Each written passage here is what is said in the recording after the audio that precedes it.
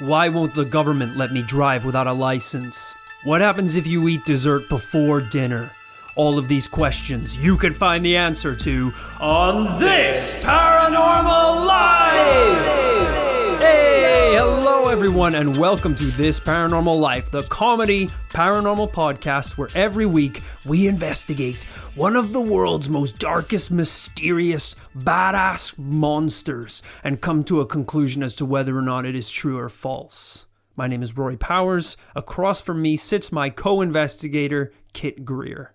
Whoa, really feel like I'm getting an insight off the bat into what this episode might be about, because normally we say something off the top about mysteries and paranormal, but I think what do you say? Darkest, most badass? Look, what I'm going to say is that This Paranormal Life has taken the easy road for a little too long. Lately, we've been investigating haunted houses, some jazz musician who sold his soul to the devil, ghosts? We might as well investigate a jellyfish. These aren't real life situations. These aren't dangerous things that will ever hurt us. I'll ask you not to slate the investigation into the giant jellyfish that live in the upper atmosphere, my friend. We need to step things up a notch and investigate something that is possibly the most dangerous creature to ever exist. Jesus, I can't even imagine what that might be. This week, we're going to investigate the world's most badass, dangerous, beast mode cryptid. And I know our listeners are scared because none of them suggested this. Not one email. This episode is thanks to no one. Which, sure, you could say that means no one was interested in it. Or you could say that they were all too scared to even have me utter the name GROOTSLANG. Oh! We said we would never speak that name on the pod. That's like the Voldemort of the cryptid world. What did you say?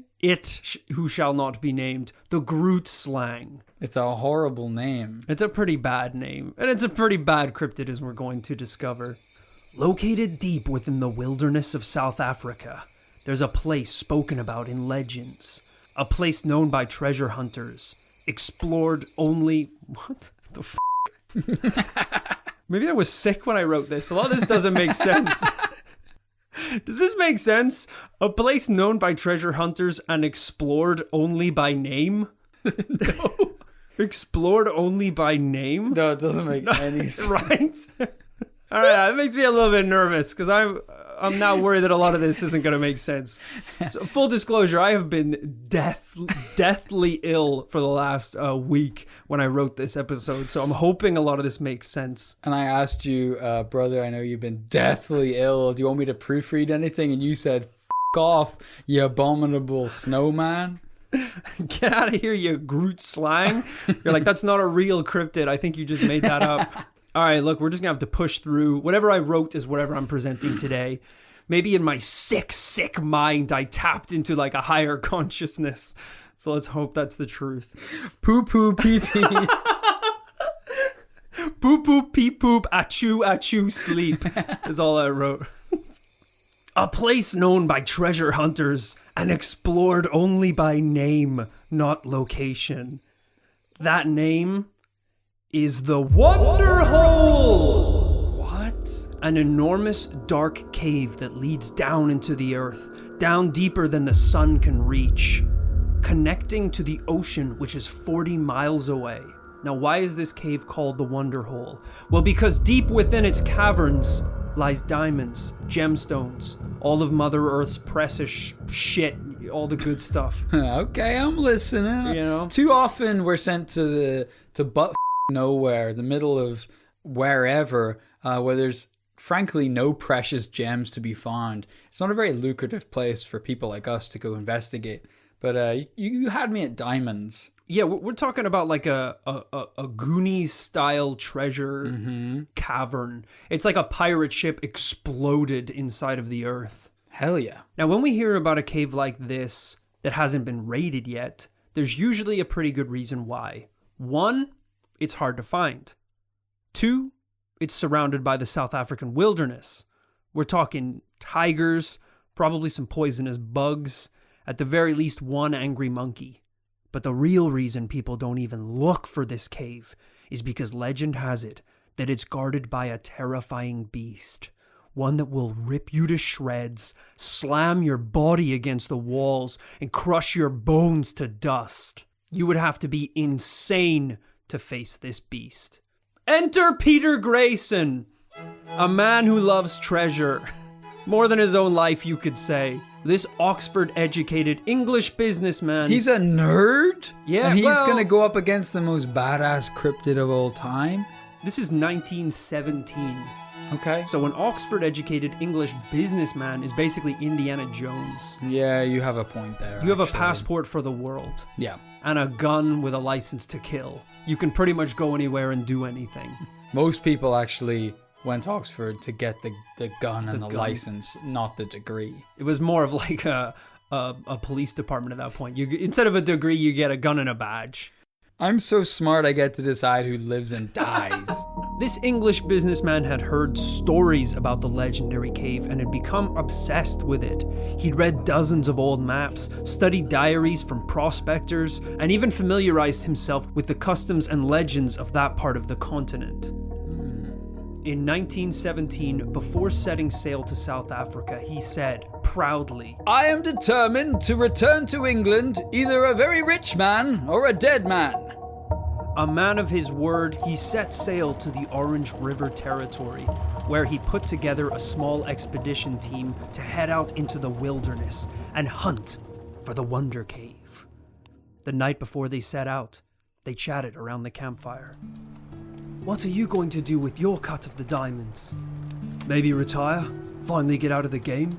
Get myself a wife? Robert joins them. Get out of the game? Didn't know I assembled a team of boring bastards. One man spoke from the shadows. You certainly didn't assemble a team of smart bastards, that's for sure.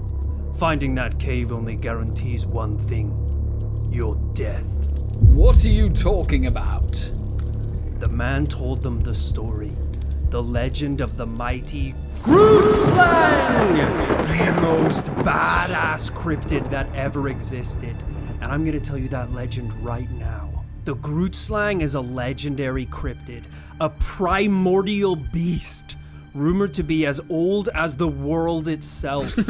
God, what does that mean? Do you think I was exaggerating when I said we were gonna investigate the world's most badass cryptid?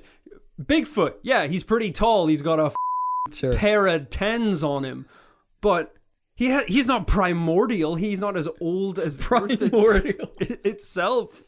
That doesn't make any sense, but the Earth was formed by potentially hot meteorites crashing 460 billion years ago. The legend goes Okay. that the gods of creation made a huge mistake and created a creature that was half snake, half elephant. Holy smokes. Not just with incredible strength, but intelligence, speed, and lust for destruction. Okay. Well, that's good because he was born on the primordial Earth. That's a big mistake to make. I Yeah, feel like well, that's a number by of the way- mistakes leading up to this point. By the way, I mean, nothing else exists at this point. So your Yeah. first being is the greatest mistake in history. You should start small. If you're a god of creation, just be like, I'm gonna about. I'm gonna make a beetle. A blade of grass. Yeah, sure. This is a ladybird, not a human bug, but it's got A spots on it. ladybird with the tail of a scorpion and the Someone- mind of Einstein. Someone stop him! It's two ladies riding it into the horizon. There's a tarantula breakdancing on the primordial Earth. To rectify their mistake, they split the GROOTSLANG into two creatures, the snake and the elephant. Which, I'm gonna say, I don't think did very much in terms of redistributing the balance of power in that dynamic. You pretty much were like, okay, this guy's too powerful. Let's make him half mighty elephant and half worm. You haven't done a good job at making this a tamer beast. At least I feel like all the psycho tendencies of the GROOTSLANG went into the snake, whereas all the kind of like chill Labrador energy of the GROOTSLANG went into the elephant. That's a good point, because the snake is very much often an image of evil, very sinister. The original image of evil. Exactly, of sin. Whereas the elephant, I think he just never forgets. But that could be never forgetting to just have a good time. Sure. That's not necessarily malicious. So maybe that's it. Maybe there's a power split and a good v evil split as well. I've definitely heard stories of elephants going loco and destroying entire Indian villages. That's not good. But usually... really tapping into that snake energy around the elephant. Usually that's when the village people have like whipped the elephants for 20 years and cut down all the trees that they eat. And then they're you have it coming. Yeah, you deserve it at that point. That's some Planet of the Apes shit going on right there. If you're slapping the elephants... they also never forget what you did to them. Exactly. So you're gonna get what's coming. Well, the story goes that one GROOTSLANG managed to escape, and to this day hides in the Wonder Cave of South Africa, luring elephants into its cave to devour them whole. Some cannibalism shit.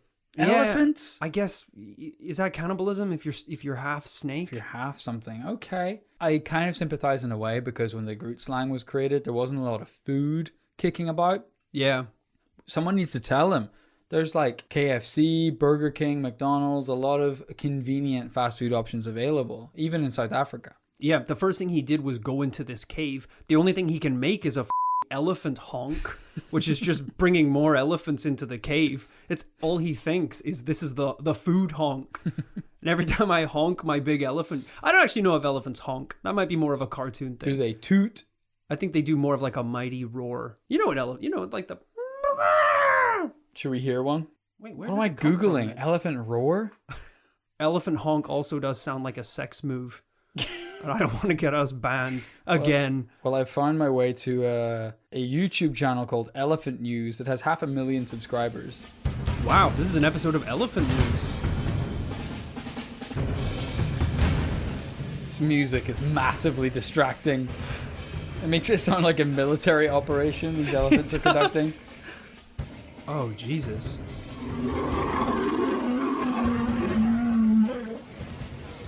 It's like a T-Rex. Oh my god.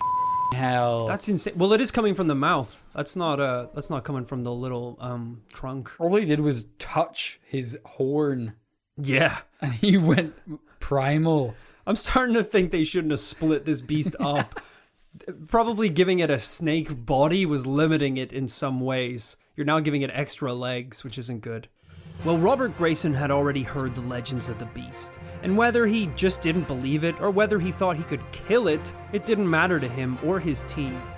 The simple thought of the riches that awaited them was enough to push them forward. So off they went, exploring the wilderness. Robert Grayson and his A-list team of adventurers, an unstoppable force. First night at camp, one of the team was killed by a lion. What? So very stoppable. Extremely stoppable. They're supposed to be going up against the primordial beast god that is the GROOTSLANG, and they come across one measly lion. Yeah. And they lose a homie. A whole dude at the first hurdle of this adventure. Not a great start for the unstoppable force. And right after that, Robert himself stubbed his toe, got gangrene, and passed out. The others had to carry him. Only a few days later, a second member of the group was bitten by a poisonous snake. Which is half of the GROOTSLANG, by the way. The shittest, least dangerous part of the GROOTSLANG managed to kill one of the party. One garden snake wiped out half the troop. These guys don't stand a chance. You realize the big dude is going to be half elephant, right? That's like you training for the chess world championships, and then you just think a week before the big game, you'll just play a casual game with your nephew, and he wipes the floor with you in 5 minutes. You're not even playing chess, you're playing Connect 4. Another man became seriously sick and begged to be taken back to the town. Robert Grayson was the only one who wanted to keep going. Come on, men, where's your sense of adventure? Mr. Grayson, we can't go any further. These men need to go to the hospital. But the cave, the jewels, we're so close. Jeremy's snakebite wound is turning purple. Christ, you're all so whiny. Ooh, a snake bit me. Ooh, we should have brought more rations. Ooh, Robert's eating all the rations. If you want to leave so bad, just give me your rations and f*** off. The team watched as the mighty machete-swinging Grayson disappeared into the forest, heading in the direction of the cave. Can I borrow your machetes, though? Mine's blunt as all hell. Little did they know, that was the last time they would ever see him. Legend has it that he made it to that cave, and just like the natives said, he was destroyed by the mighty GROOTSLANG! What does that mean? What does destroyed mean? Vaporized? Pounded to dust. There's nothing, there's so many things this beast could do to you. We will later on in the episode go into its abilities, but I mean, just based on the fact that it is half elephant, half snake, it could strangle you while it stabs you. There's a lot of things going on there. I mean, if there was a top trumps deck of cards for cryptids, he's the top of the pile. I can't think of another cryptid that we've investigated that could hold its own against the GROOTSLANG. Okay. This thing is a monster. Primordial monster. Him up against a ghost. He's reaching into the next dimension and pulling them out. Yeah. Ripping their heads off. Bigfoot is being wrapped around by its anaconda-like body and squeezed like a grape. His insides are just shooting out of him. What's the primordial god Pokemon? Arceus? Is it? So Arceus is the Pokemon that created Pokemon, which, raises a lot of questions, I'll be honest with you. I don't know, because then I don't know if Arceus created humans as well. Right, yeah. Because if he can create, that would infer that there's at least one other god that created humans, or Arceus created the whole deal. But also, you can catch an Arceus. I have an Arceus. That's not good. No, that feels wrong. That feels like I'm the devil. What's Rayquaza? He's just a legendary. He's just okay. Yeah, like a big snake. I think he's in my head because he's a legendary snake. Yeah, he is. This is kind of Rayquaza-esque, I'd say. While Robert Grayson is the most popular story linked to the GROOTSLANG, there are many more that span over 100 years. Back in 1867, explorer Hans Sauer was trekking down the Orange River in the Eastern Cape province when he spotted the end of a huge black snake over 100 feet long. The snake was over 100 feet, or the end of the snake was over 100 feet? I think maybe the snake. Okay. Guessing the snake in total is like 100 feet long. Holy moly. I should have elaborated. This isn't the to-scale body of an elephant with the to-scale minute tail of a little snake. Yeah, this is an enormous a colossus. snake. Yeah, it's a huge creature. In another account from 1899, traveling merchant G.A. Kinnear was in a boat crossing the Orange River when all of a sudden, the body of an enormous black serpent crashed into the water by his boat. Now, obviously, we're telling a lot of stories here, and I know what you're thinking. You want to see a picture of this creature. You want to see an artist's illustration. Of course. There's only so much the human mind can produce when thinking about a half elephant, half snake. So first off, here is one of the more terrifying illustrations that I could find online, which I think really depicts how grotesquely evil and simultaneously badass I think this cryptid is. Okay. Whoa. This is... Holy moly. Yeah, this thing's not to scale, ladies and gentlemen. No. I don't know if this is the size of the Empire State Building or a regular snake size. This is very difficult to explain. This is an almost H.P. Lovecraft-esque nightmarish vision of the void, everything that is evil about this universe.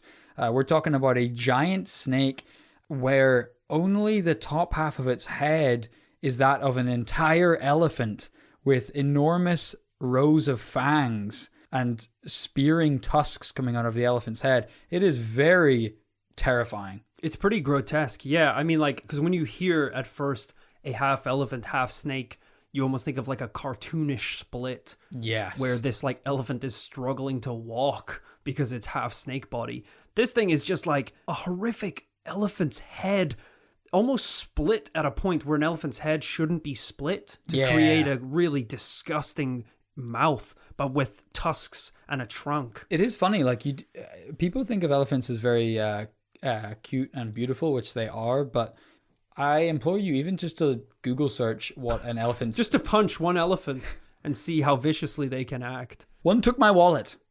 It reached into my back pocket and took my wallet and then slapped me across the face with its trunk. No. I said that the last time I visited the safari. I really did. The guy, we showed up there and the guy's sitting there in his camo pants, giving it the big one, talking about the wonders of the wilderness and all of Mother Earth's, greatest creations. And all this, the beauty. I stood up there and I said, have you ever slapped a monkey, sir? Have you ever slapped a monkey? Because I have. I once gut punched an armadillo just for looking at me wrong. Not a monkey. And you would be blown away at how fast those little critters can turn against you. It's almost remarkable. It's beautiful in that sense. How strong they are against me. Yeah, sure. That's pretty impressive. What you should be talking about is actually warning the people here today at the safari not to engage physically with the beasts. I think it went without saying that you should have gut punched an armadillo. Look, I'm a simple man. I see an armadillo that looks at me funny, and they frankly always look at me funny because they got those weird little armadillo eyes. They're very close to the ground. How did you even access the gut? They weren't even on the ground. They were in one of their little armadillo holes. I had to reach in there. They're biting, they're gnawing. I've probably got rabies at this point. I can barely reach the little bastard. Sure. I have to freaking pull him out. And yeah, he gave me a weird look when I did it. So I punched him just to show him who was boss. Yeah, the safari guy nearly shot you with the gun that he exclusively keeps for rabid lions. Which just made me not be able to tell armadillo from man. So now I'm drugged up, throwing punches at all the guests on the tour. It was a nightmare, frankly. Come at me, you elephant bastard. What I'm saying is that, creatures of all kind can be vicious if you attack them. Even the cutest of all, armadillos. Imagine you kick an elephant and he just sucks out your eyeball. Oh! You primordial beast! I can't believe you did this. I do think maybe there should be more facilities set up that allow humans to fight animals. But only like evil animals, like snakes and things. Are there any more evil animals? Goats. Who are the villains? They are the devil. All the depictions of the devil depict him as a goat-headed beast. That's a really good point. Yeah, I think that might literally be it. I think that's every evil animal. And we would like to make them extinct. That is what your Patreon dollars are going towards this month, folks. The only problem with an animal v human UFC style fighting league is if you're the human hopping in that ring, you got to be pretty confident you're going to win. Right. Because you don't want to broadcast yourself getting laid out on national television by a bunch of parrots. Yeah. That's not that fun. And also, the animals are not going to obey the very, very lenient rules of the UFC, which I think are no gouging. Yeah. And that's it. That's kind of their specialty, is the gouging. Like I said, that elephant will just slurp that eyeball out of your skull. Even in some sort of wrestling format, they will not abide by the laws of the bell. If anything, that might rile them up. You think if you're tired that they'll respect that? If you try and so much as throw in the towel, that goat is going to bite your fingers off. You throw in the towel. Uh-oh, it was a red towel to a bull. You're like trying to plead to the ref. The ref's a goat. He's egging everyone on. He's bleating. He's eating people's clothes in the audience. You got to be careful. You got to make sure that you win. That's all I'm going to say if you're going to start up some sort of animal fighting league, which obviously is the long game of this podcast. Now, I will say I showed you the more terrifying picture. I think it's only fair to show you a less threatening picture of the GROOTSLANG. Okay. So here is another artist illustration of the beast. Okay. It is less terrifying. It's maybe no less creepy. This is like an elephant that has come out the wrong shape and is saying, "Kill me, please." It's like an elephant that's gone all long and stringy like a snake. But it definitely looks evil. I definitely would not want to come across it, even if I was Robert Grayson. It looks a bit like a dinosaur. Yeah, it does a bit. It's like an elephant mixed with Slink from Toy Story. Yeah. That weird slinky body with a little elephant head. It's a Stretch Armstrong elephant, that's for sure. The GROOTSLANG is so popular, it even actually made an appearance in the latest Final Fantasy game. Final Fantasy 15. It's What? like a beast that you can fight. Granted, it's like more 90% snake, I think, in Okay. the Final Fantasy one. It kind of looks like a giant cobra. But interesting enough that the legend of this creature has spanned so far into the future that it's being represented in a JRPG. That's wild. One of the best parts about the beast itself is that according to the legends, as we mentioned, it's not only incredibly strong, fast, stealthy, and powerful, it's also incredibly intelligent. People believe that there might be a reason why it has encased itself in this diamond cave. Apparently, the only thing it values over killing is gems. Interesting. I mean, what the could it be doing in there? It's not like trading stocks. Like, how intelligent is this thing? The legend says that apparently you can bargain for your life in exchange for gems. I guess kind of similar to, you know, the stories of medieval dragons sitting on a hoard of treasure, which they value over. They sleep on piles of gold. Right. That possibly, if you were threatened by a dragon, you could maybe barter your way out of the situation with gold, with treasures and riches. Where did that come from? I don't know. That's got to be like, that's deep in the human unconscious, this idea of a terrifying beast that is somehow intelligent enough to value the same things that we do. Yeah, it's really strange, isn't it? A bit presumptuous that a creature that is the most intelligent thing in the world would still value a shiny rock. Yeah. Rather than, being so smart that it's like, I understand everything. Existence is merely existence. The GROOTSLANG experience is simply living each day to its fullest. The GROOTSLANG experience is also the name of my band. We play every Tuesday and Thursday down at the Wonder Hole. Which also sounds like a gig venue, to be fair. It does. If they're that smart, they should know that the real treasure is the friends, the GROOTSLANGs they meet along the way, rather than the shiny rocks inside Which the is cave. presumably a lot, given that they are from, and I quote, the primordial earth. It's true. It's very true. Now, we've heard stories of the GROOTSLANG. We've seen pictures of the GROOTSLANG. It's time to run through some of the GROOTSLANG's most powerful abilities. Please, I'd love to hear it. Now, as we know, this is a Super Saiyan level cryptid here, so there's a lot of abilities to get through. I got a little PowerPoint here. We're just going to blast through a whole bunch of them. Questions at the end. All right. The GROOTSLANG, the most badass cryptid of all time, is gifted with enhanced smell, enhanced endurance, enhanced I'm so sorry, I gotta stop you right off the bat. Enhanced from what? from Us? your regular elephant snake combo. Okay. It's also got enhanced lung capacity. Why does this read like it's a JRPG character? Like you've been upgrading. This was just one website that had a very detailed description of the GROOTSLANG. Okay, I'll stop interrupting. Enhanced bite. I'm interrupting again. Enhanced from what? A snake? Sure. I guess it has snake teeth at the end of its elephant trunks. I don't know if this person knows what enhanced means. Well, it's pretty strong.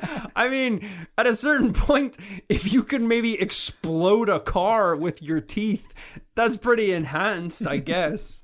It's got an enhanced flexibility, which I'm going to go ahead and assume is the snake part. Yeah, it's all the elephant. It's got enhanced hearing, probably Of the course. elephant part. Sure, Big big ears. Enhanced memory, again, the elephant. Yeah. Enhanced intelligence. Apparently, GROOTSLANGs possess intelligence that is very near genius level. So not genius level though. So we're talking smart guy, I don't know. but not genius. What's a genius to a GROOTSLANG? The intelligence of a smart man? Just the intelligence of an average scientist. No Albert Einstein. What's the Groot slang's GPA? I don't think the Groot slang is like taking an IQ test. Right. It gets like, it can handle long division, but it can't handle that trigonometry shit. That's way beyond its pay grade. I mean, it eats elephants, which is its own head, and half of it is rope. It can't be that smart. It's also got enhanced stealth. What? The GROOTSLANG possesses extraordinary skillful expertise in the ways of stealth. I thought you said it crushes people's bodies up against the insides of the cave. Yeah, like a ballerina. Okay. Like a tender little Like a dandelion. ninja. Yeah, exactly. You won't see it coming before your bones are dust, my Did friend. I mention the GROOTSLANG has seismic sense? What does that mean? It knows that here's an earthquake coming? They're able to perceive vibrations in the ground. Well, I guess if you grew up on the primordial earth, sure. They also have elephant/snake/GROOTSLANG communication. That seems... I'm starting to think that this list may not be official. That people are guessing this based on it being half elephant, half snake. When you have a population that are too afraid to even utter the name of the beast, its abilities are widely debated. Sure. But apparently, according to this list, GROOTSLANGs are able to communicate with fellow GROOTSLANGs and their fellow elephant There's snake more cousins. than one? Apparently, even though... Yeah, that's a good point, actually. They said that only... Sorry, to be fair, I think the legend says that one GROOTSLANG escaped and then made more GROOTSLANGs. Jesus, man. Either from the fact that it is basically a demigod, or from the fact that it is part snake, and snakes can just lay eggs. I don't think snakes have to... Do snakes have to have sex? I don't know, man. I mean, what's going on there? Some animals don't, but yeah, most animals do. You just be like twirling two pipe cleaners together. There's not much going on, really. Barely even fun to look at. Let alone film. That's just a brief rundown of some of the GROOTSLANG's abilities. Just if it wasn't clear yet how powerful this creature is. Well, I mean, to be fair, color me terrified. This thing, you've accurately painted a picture here that I do not want to come across. Yeah. And luckily you won't have to unless you seek out the South African Wonder Cave. Which actually seems pretty shiny. It seems pretty cool. I'm starting to think Robert Grayson was actually onto something there. Oh, hell yeah. Right? What are your thoughts, Kit, about the GROOTSLANG? I mean, wow. This is pretty exciting. I don't know if we've ever had anything even close to this on this Paranormal Live. Something, like you say, a demigod. Yeah. Something that, I mean, we've had potentially interdimensional Sasquatches, but something that reaches so far back through time that it remembers Jesus on the cross. It remembers the continents forming the countries that they are today. Yeah. It will not think twice about sucking your eyeballs out of your head and crushing you up against a wall.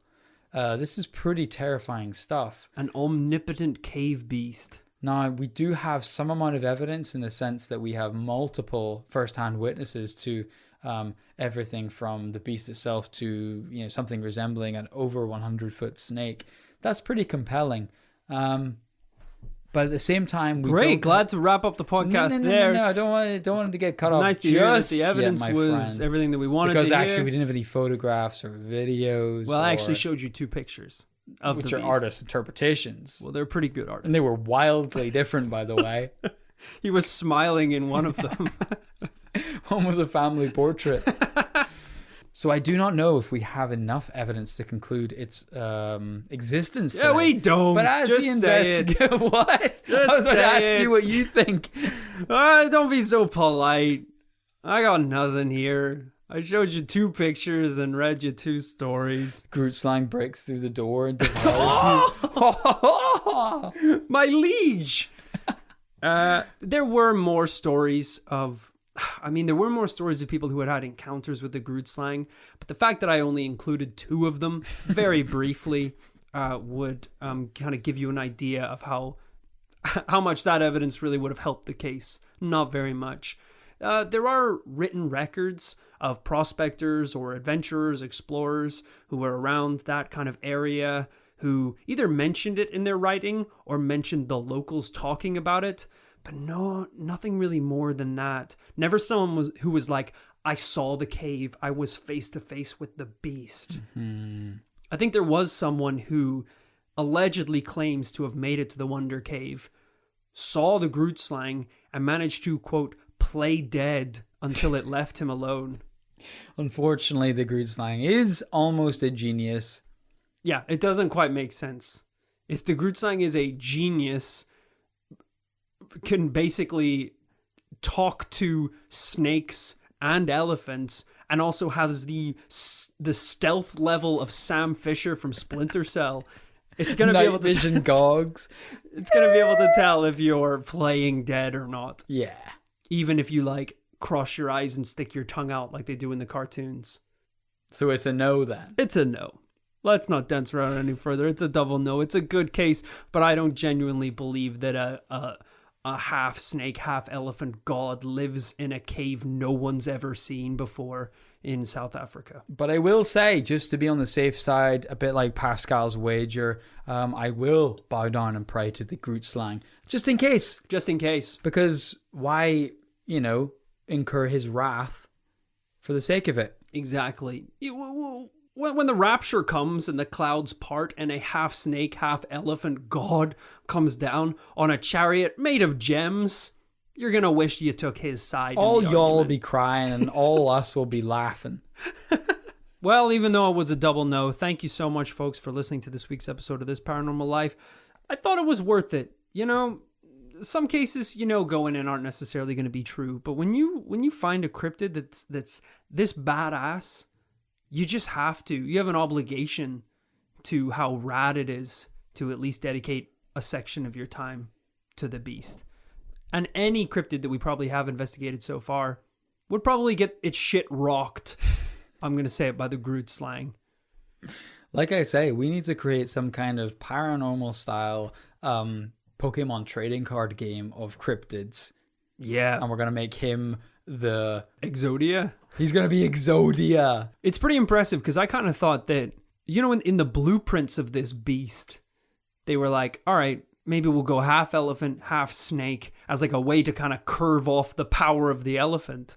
But they probably did themselves in a little bit there because the snake is actually pretty insane itself. You're not really doing yourself any favors with that. That's like making half elephant, but we want to chill it out a little bit, so let's make it also half race car. Maybe that'll kind of curve off the elephant side of things. And it doesn't. It just doesn't. It makes it fast and angry. And now its trunk honks like a horn. So even though we did investigate it and it turned out to be fake, I think it was definitely worth our time. Yeah, and I'm sure it'll be news to a lot of the folks out there who have probably shit their pants since the start of this episode. Go to the Wonder Cave, guys. You're fine. Nothing's ever going to happen to you in there. Just bring us back some jewels. I hope you enjoyed this week's episode of the podcast. Sometimes being in the paranormal world, you feel like you're all alone. You feel like you're lost in the shadows, like a ship looking for the lighthouse. And guys, we have the lighthouse. We are the lighthouse. If you are on the internet, you can follow us on Twitter. You can follow us on Facebook, Instagram, whatever it is. We are the paranormal beacon that will be dishing out bright, dare I say, blinding paranormal information on a semi-regular basis. So hit us up on Twitter, /ThisParaLife. We're on Instagram. We're on YouTube, where you can check out some of the best and funniest clips of the show in all its video glory. If you want to check out any of these social accounts, all of the links are in the podcast description just below, right here on your phone, so check it out. So thank you for listening to this week's episode of This Paranormal Life. All hail the mighty GROOTSLANG, and always remember to live fast, investigate, and die young, baby!